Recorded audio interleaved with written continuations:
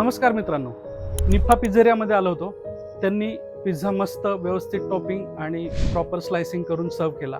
मनात असाच विचार आला की आपलं इन्व्हेस्टमेंट पोर्टफोलिओ आणि पिझ्झा काही वेगवेगळं नाही आहे. पिझ्झा आपण अख्खा खात नाही, तसंच तुमच्या इन्व्हेस्टमेंटमध्ये सुद्धा ॲसेट अलोकेशन करणं खूप गरजेचं आहे. म्हणून पिझ्झाप्रमाणे तुमच्या इन्व्हेस्टमेंटमध्ये सुद्धा वेगवेगळ्या ॲसेट अलोकेशनचं एक्सपोजर असणं खूप महत्त्वाचं आहे. जसं इक्विटी ह्या लॉंग टर्म ग्रोथसाठी असतात, FD स्टॅबिलिटीसाठी असतात, रिअल इस्टेट हे तुम्हाला सेल्फ ऑक्युपन्सी किंवा पॅसिव्ह इन्कमसाठी उपयोगाला पडतं, आणि गोल्ड हे तुमच्या सिक्युरिटीसाठी असतं. ॲसेट अलोकेशनमुळं रिस्क कमी होते, तुमच्या इन्व्हेस्टमेंटची ग्रोथ चांगली होते, तुम्ही इमर्जन्सीला कायम तयार राहतात, हाय लिक्विडिटी होते आणि एक बॅलन्स प्रकारचा पोर्टफोलिओ आपण पुढं नेतो.